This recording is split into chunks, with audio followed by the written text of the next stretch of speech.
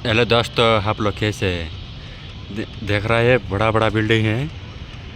ये निगम पाली है। देखो कितना बड़ा बिल्डिंग है।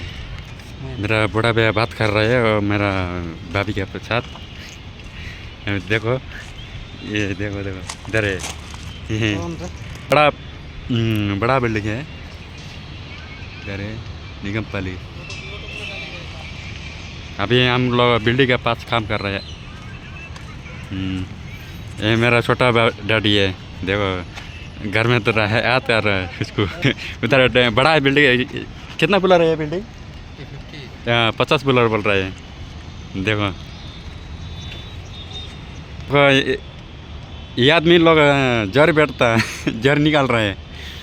बटल निकालता है, इसलिए उधर है एक आदमी बैठा है। अभी देखो बड़ा बिल्डिंग थोड़ा घुमाना, इसमें बड़ा 50 फ्लोर बिल्डिंग है। देखो अभी नीचे गाड़ी जा रहे हैं। अभी लोग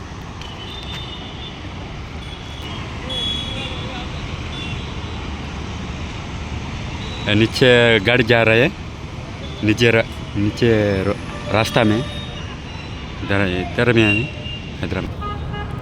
हेलो दोस्तों, आप लोग कैसे देख रहे हैं? बड़ा बड़ा बिल्डिंग है। इधर देखो हम लोग का हैदराबाद से निगम पाली से काम गया है।